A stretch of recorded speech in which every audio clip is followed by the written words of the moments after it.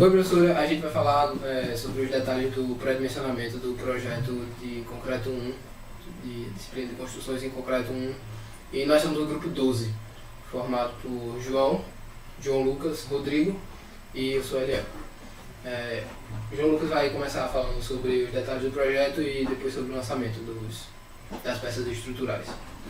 Bem, o nosso projeto é o projeto 4. E antes de definir o projeto, nós temos que saber o que é necessário para fazer o projeto estrutural. E uma dessas coisas que é necessário é o projeto arquitetônico. É essencial você conhecer o projeto arquitetônico para fazer o projeto estrutural e compatibilizar ambos. E o nosso projeto arquitetônico é esse aqui. Vemos aqui um quarto 1, quarto 2, temos um vazio, uma cozinha, sala de estar e jantar, temos uma escada, uma laje em balanço, uma varanda, e o outro lado do apartamento é simétrico ao anterior. O outro dado necessário para definir a estrutura são as restrições. No caso, as restrições de vizinhança, que seriam, por exemplo, estacionamentos subterrâneos. Você tem que ter ideia da localização do estacionamento para posicionar os pilares, que vão até o subterrâneo.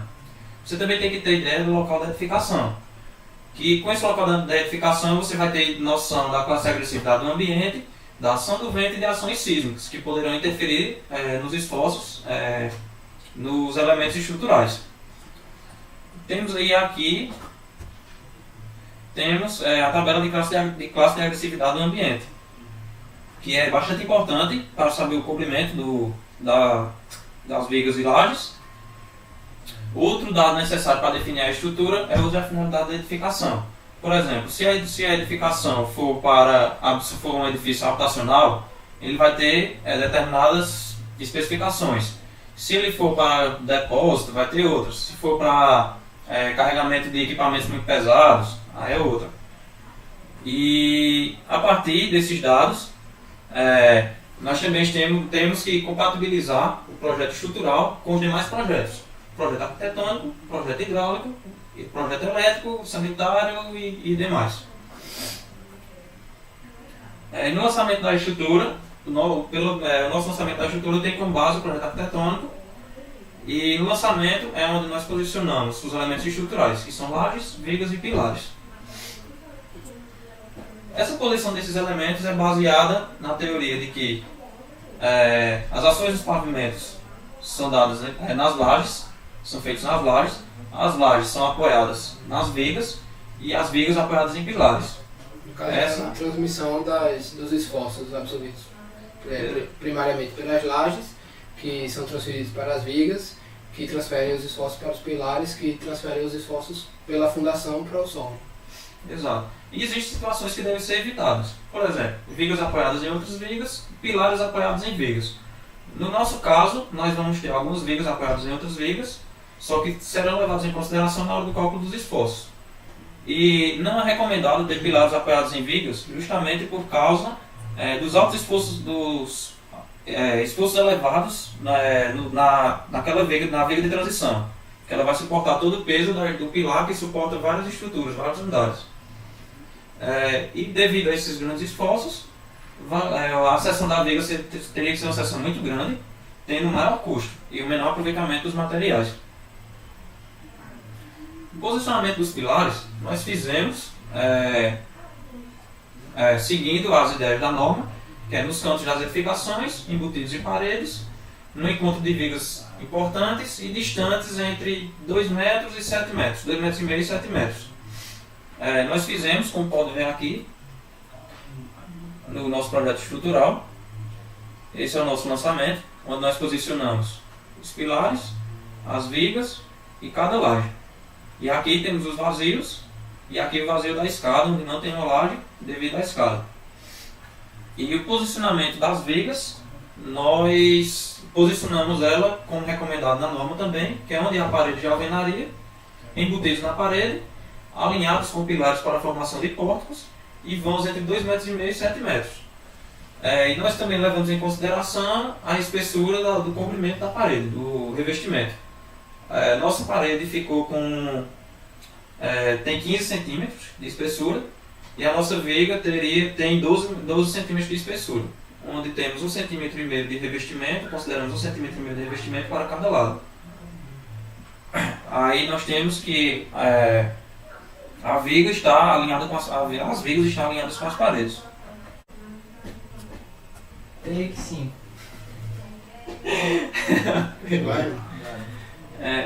Bem, agora falando mais sobre o nosso lançamento, temos aqui, seguindo as recomendações da norma, os pilares nas extremidades de edificação. Temos aqui os pilares suportando as vigas importantes da nossa edificação também. E temos pilares com direções alternadas para suportar esforços horizontais e evitar uma menor esbeltez sempre na mesma direção. Temos aqui os pilares na região da escada, onde eles têm pilares nos 4 cantos, até para tornar a região mais rígida e suportar o contraventamento, e até para suportar os esforços que normalmente em cima dessa região é o reservatório superior. Bem, e aqui nessa região temos o pilar 5 e simetricamente temos o pilar 13. Ele foi colocado aqui porque no pré-dimensionamento da viga 12 a altura estava dando muito grande. Aí nós colocamos aqui porque como o tranco estava muito grande, a altura do pré-dimensionamento dela estava dando muito alta. E também colocamos esse pilar para suportar os esforços dessa outra viga, da viga 2, que nós posicionamos aqui para formar a laje 3. Para não deixar uma laje com formato diferente de um formato retangular. Porque pela norma é bem mais prático e fácil trabalharmos com lajes retangulares. A norma também especifica lajes diferentes de formatos retangulares, mas tem várias especificações para aquela situação. Aí nós posicionamos aqui a viga 13 e a viga 2 para formar essa laje 3 e simetricamente a ela a laje 10. Por causa desse vazio. Aí nesse vazio não pode haver uma laje. Então nós posicionamos essas duas vigas e para evitar que essa viga, a viga 2 seja apoiada na viga 12, nós posicionamos o pilar 5 para suportar a viga 2 e o pilar 13 para suportar a viga 6, como vemos que está simétrico. E temos aqui também a situação de uma viga apoiada em outra viga. A viga 3 está sendo apoiada na viga 12. Nós não colocamos no pilar aqui para satisfazer as recomendações da norma, de não ter dois pilares próximos entre si, de menos de 2,5 metros. Então nós resolvemos posicionar apenas o pilar central para evitar esse tipo de situação. Como esse tramo da viga V3 é pequeno, a laje 4 também não é uma laje grande, então o esforço suportado pela viga V12 nessa área de encontro de vigas não vai ser tão crítico de forma que precisasse de um pilar. Da mesma forma que nós posicionamos a viga 3 apoiada na viga 12, nós apoiamos a viga 13 apoiada nas vigas 1 e 2. E nós fizemos isso até pela laje 3 não ter grandes dimensões e achamos que é capaz de suportar a laje 3, a viga 2 suportar a laje 3 e a viga 13. E não colocamos um pilar aqui para evitar essa viga apoiada em outra viga, justamente pelo fato de que se tirarmos esse pilar e colocarmos aqui, a altura no pré-dimensionamento dessa viga seria muito alta. E não colocamos dois pilares porque a proximidade entre eles os esforços em um pilar podem interferir nos esforços em outro pilar. Aí queríamos evitar isso, como a norma recomenda, evitar uma aproximação menor que 2,5. Então dessa forma pareceu melhor, nós posicionamos a viga assim e deixarmos esse pilar posicionado dessa forma também. Agora quem vai falar Não, vai falar do detalhamento. Fala das numerações, Sim, agora esse nomenclatura vai colocar no começo? Não, deixa aí mesmo.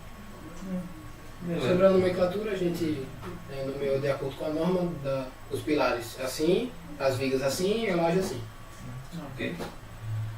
Mas é porque isso seria... Não, mas Antes, né, vai de falar Não, dos não tem pilares. problema não. Não. Ela está falando sobre o lançamento, tudo disso. Eu vou falar mais detalhadamente sobre o lançamento. Bem, e sobre a nomenclatura dos pilares, vigas e lajes, nós seguimos de acordo com a norma, onde os pilares, vigas e lajes são nomeados da esquerda para a direita e de cima para baixo.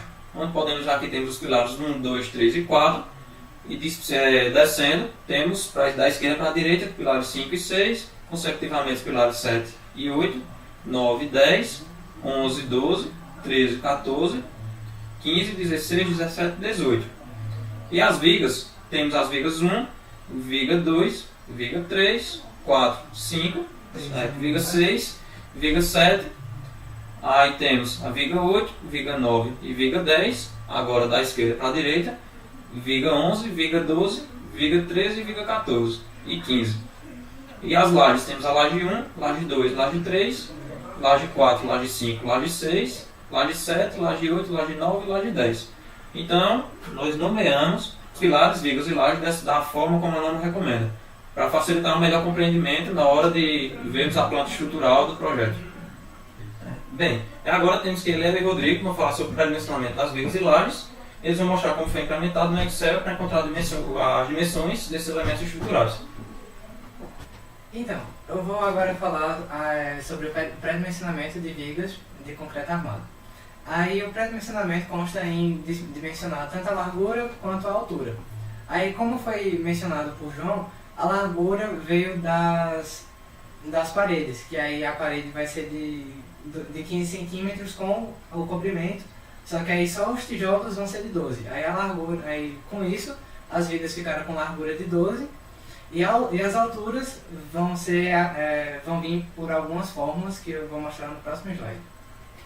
Bem, aí segundo a norma, ela divide em vigas biapoiadas, contínuas e em balanço para fazer o pré-dimensionamento das alturas dessas vigas, que no caso, como pode ser visto aqui, para vigas biapoiadas e vigas contínuas externas, é o tramo dividido por 10, é o comprimento do tramo dividido por 10, e para vigas contínuas internas, para tramos internos, L dividido por 12, comprimento dividido por 12, e para vigas em balanço, é o comprimento dividido por 5.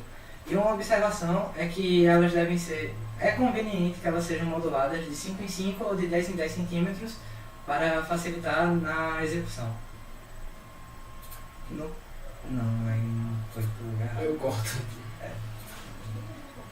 No caso, um exemplo de viga contínua seria essa viga número 1, que aí esses dois tramos aqui são os tramos externos, enquanto que esse é o tramo interno.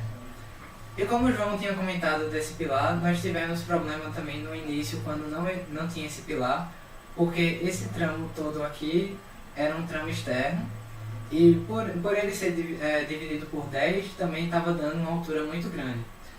Bem, e aqui começando no Excel, que nós numeramos todas as vigas, colocamos todas as bases e vimos o A para poder fazer o cálculo mais para frente das lajes.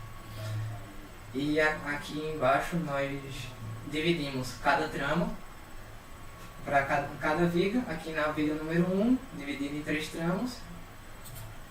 Aqui as fórmulas implementadas, que é um tramo externo, tramo interno, e aí no caso deu números quebrados e nós arredondamos para o inteiro mais próximo.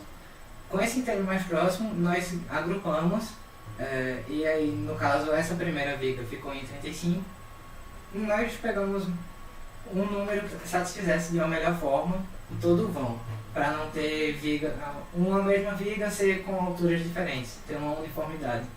Aí no caso dividimos primeiramente em 35, 40, 45 e 25. Porém, esses 4 ainda ficariam uma grande variabilidade, principalmente para fórmulas.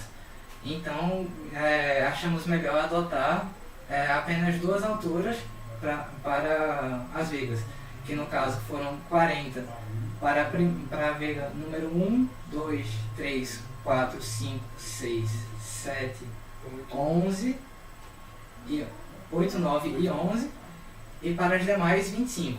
Um detalhe sobre os tramos que, no caso, não foi implementado como fórmula no Excel, é a adição da parte do apoio nos pilares, que nós fizemos manualmente mesmo, como nessa célula aqui. É que, no caso, nós tínhamos um vão de 257 centímetros e uma soma de apoios nos pilares de 20 centímetros. que no caso esse comprimento é o comprimento da viga de eixo a eixo dos apoios. Então, com esses Hs que obtivemos, nós arredondamos para um inteiro mais próximo para ter um ponto de partida e agrupamos em quatro tamanhos diferentes. Um exemplo, essa primeira viga, que no caso o H arredondado tinha dado 34 para um tramo, 23 para o tramo interno e 43 para o próximo tramo, aí nós optamos por escolher 35 para esse caso, que no caso vai ficar mais concreto do que deveria para essa interna e essa 1.1, que seria a primeira externa, mas ficaria menos concreto para essa segunda.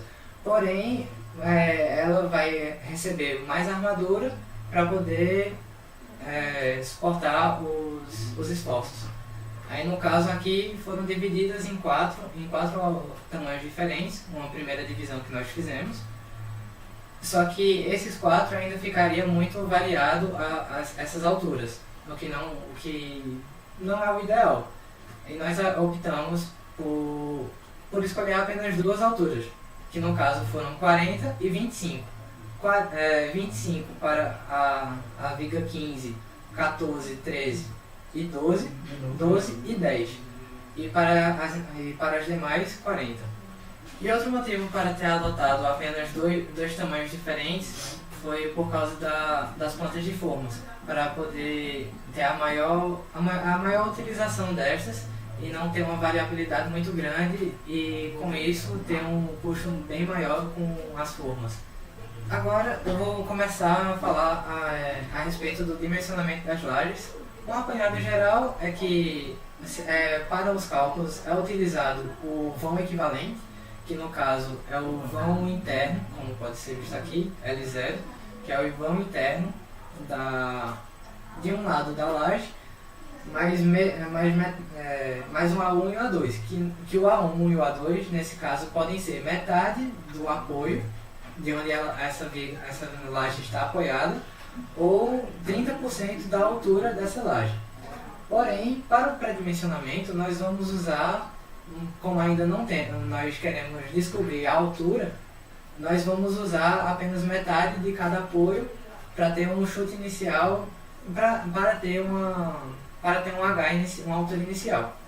As nomenclaturas adotadas para a laje são essas: Lx para o menor vão, Ly para o maior vão, e também entra um lambda, que é dado por Ly dividido por Lx, e com esse lambda nós definiremos se essa laje terá a armadura principal em apenas uma direção ou em duas direções, como pode ser visto aqui, que para um lambda menor ou igual a 2, a armadura principal será em duas dimensões, e para um lambda maior que 2 será em apenas uma dimensão, e a direção dessa armadura será a direção do menor vão. Continuando o pré-dimensionamento de lajes, vou falar agora um pouco sobre as condições dos vínculos, que eles podem ser livre, apoiado ou engastado. Que livre, no caso, é uma borda sem vinculação. Apoiada é quando ela está simplesmente apoiada em algum elemento estrutural.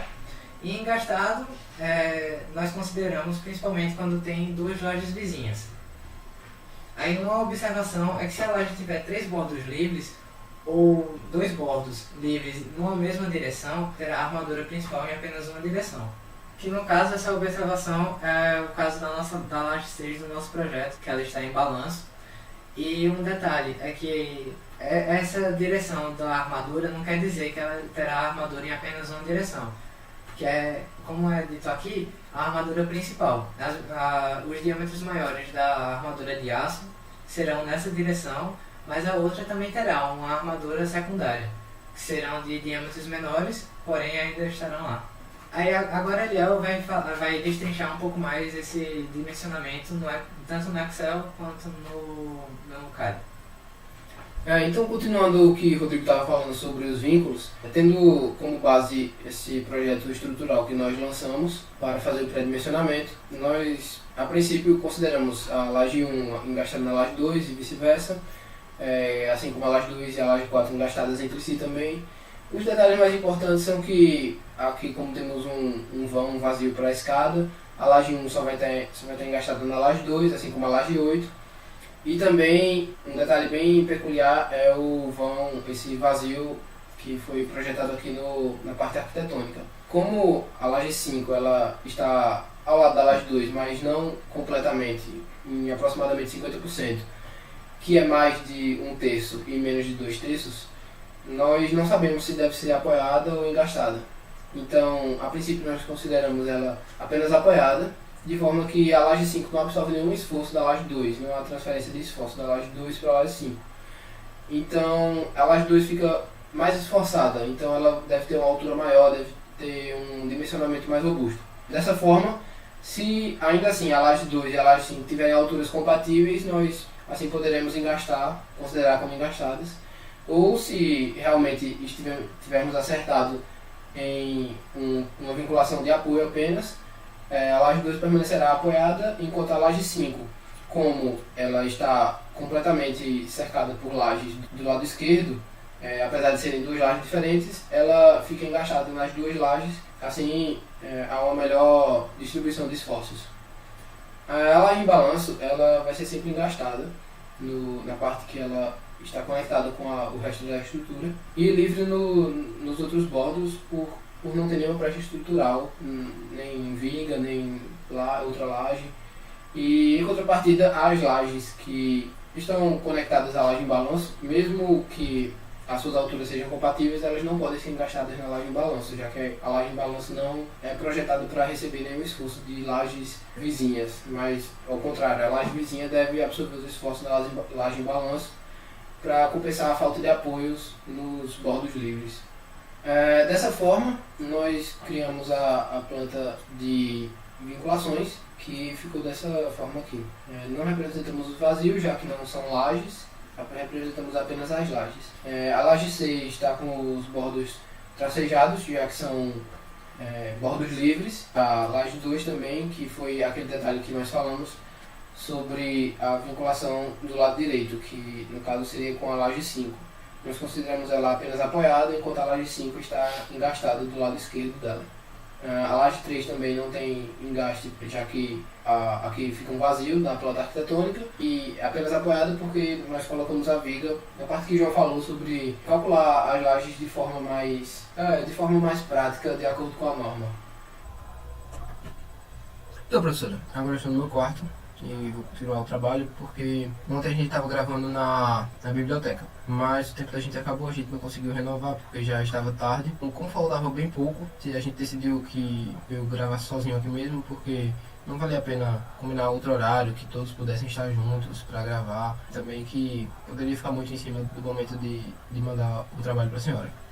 Então, aqui continuando dos vínculos, pela planta do AutoCAD, pelo o que nós ditamos como a vinculação de cada laje, nós vimos aqui nessa tabela, que foi montada para as lajes, acreditamos aqui quantidade de lados engastados de cada laje, que vai ser muito importante para calcular a altura, já que ela influencia diretamente na altura útil, que influencia diretamente na altura. Essa tabela de lajes foi montada aqui de uma forma que todos os dados externos são inseridos nessa tabela, e essa tabela joga esses dados da forma adequada para essa tabela principal, que vai ser onde vai ocorrer os cálculos.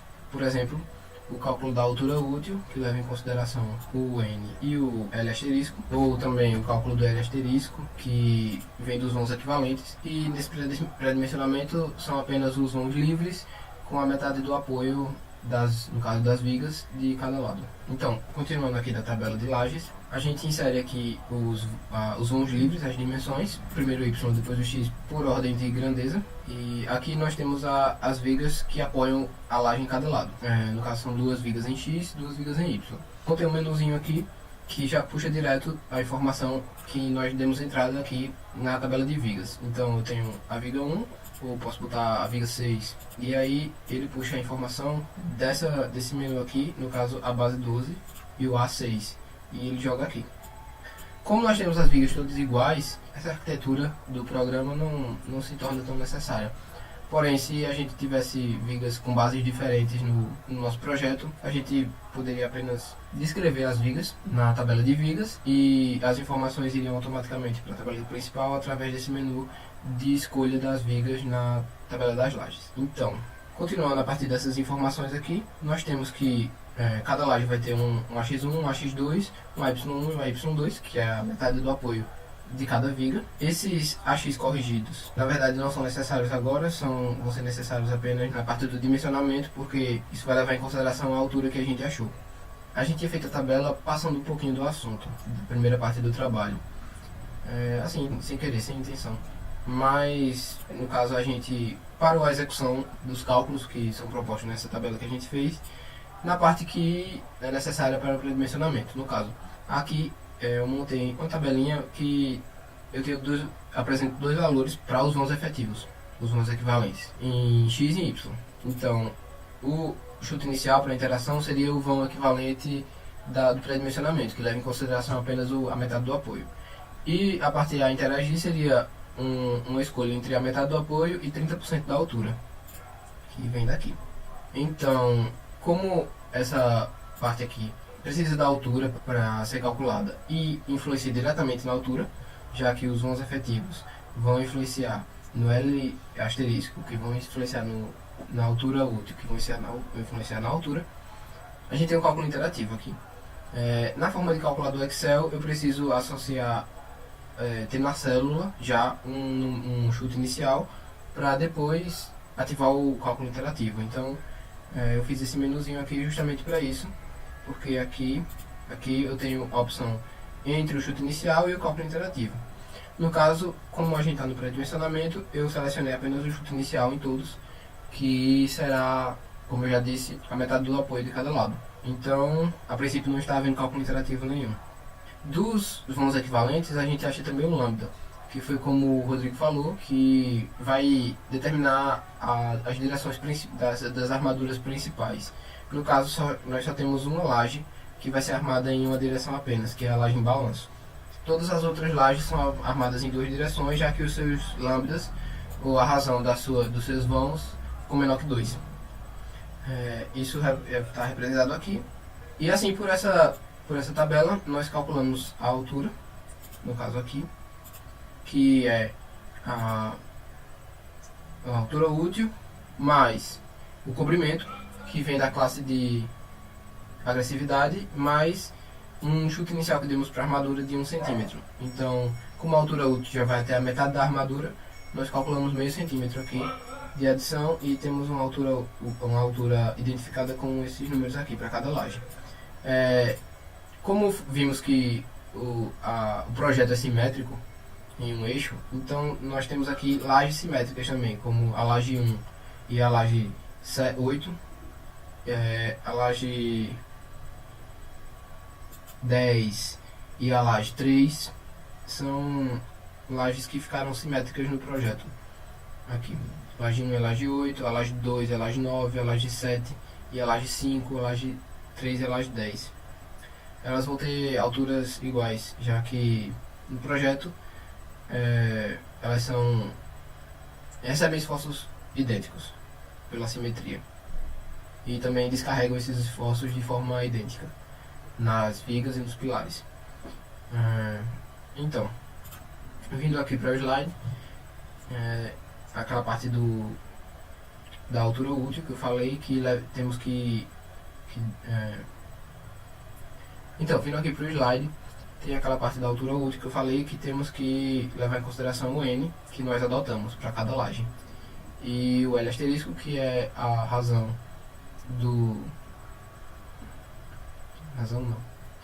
Então, vindo aqui para a teoria, nós temos a altura útil, que para ser calculada precisa do número de lados engastados de cada laje, que nós identificamos, e também precisa do L asterisco, que é calculado aqui como ou o menor vão ou 70% do maior vão, a informação que for menor. Isso aqui. Então, com a altura útil, a gente calcula a altura, a gente pré-dimensionar uma altura chutando o valor da armadura de aço em 1 centímetro, o diâmetro, nós temos meio centímetro de diâmetro somado aqui, já que a altura útil já leva em consideração a metade da armadura, metade do diâmetro da armadura. E temos o cobrimento, que vem da classe de agressividade, que no caso do nosso trabalho foi um ambiente urbano. Nós temos a classe de agressividade 2 e o cobrimento para a laje deve ser 25 milímetros. Então, com a altura que foi calculada aqui, através das informações que nós vimos agora, a gente tem um arredondamento para números naturais, já que na hora da execução, na obra, fica inviável executar as lajes com alturas racionais. Mas, tendo esses números naturais aqui, a gente ainda tem que comparar eles com o mínimo estabelecido pela norma, o mínimo de altura para cada tipo de laje. No caso do nosso trabalho, um pavimento tipo, nós só temos laje de piso apoiadas em balanço. No caso, temos uma em balanço, que tem um mínimo de 10 centímetros de altura pela norma, e as demais, que são pisos de edificação habitacional, temos 8 centímetros de altura para cada laje, como mínimo. Então a gente compara essas duas tabelas e manualmente mesmo, não foi nada desenvolvido de forma numérica no Excel, mas a gente seleciona alturas de forma também, da mesma forma que a viga, a ter poucas opções para viabilizar a construção pelas formas e pela praticidade também. Então a gente selecionou aqui 5 lajes com 10 centímetros de altura e 5 lajes com 8 centímetros de altura. Aqui a gente tem a teoria da norma, que determina que lajes para cobertura deve ter no mínimo 7 centímetros, isso não é o nosso caso, porque nós temos um pavimento tipo. No caso, lajes para piso que não são em balanço, que é o nosso caso, 8 centímetros, 10 centímetros para laje em balanço, 10 centímetros para laje que suporte veículos, também não é o nosso caso, porque nós temos um pavimento tipo habitacional, e 12 centímetros que suporte veículos de peso total maior que 300 kN, mas também não é o nosso caso. E 15 centímetros para lajes com proteção, apoiadas à viga com mínimo de L sobre 42 para lajes de piso bem apoiados e L sobre 50 para lajes de piso contínuo. Também no nosso caso nós não temos lajes protendidas, todas as lajes são maciças com armadura de ferro.